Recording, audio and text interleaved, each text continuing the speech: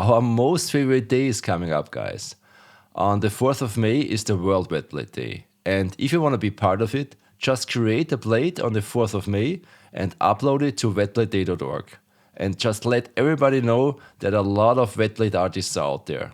And if you're still not sure what topic you should shoot, it's May the 4th.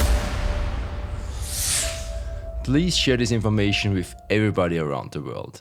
Share the video, share the website, share the flyer, whatever fits best for you, as long as you share it with everyone and let everyone know that we are out there and we are shooting tint types, wet plates, embro types, whatever you shoot. So there is one more thing, guys. Last year, Daniel took care of the World Wetplate Day, and now he asked me if I can take over, and I was honored to do so. So if you have any more questions about the Wetplate Day, just send me a message and I will help you. Otherwise, you know what's coming up. I'll be back, guys.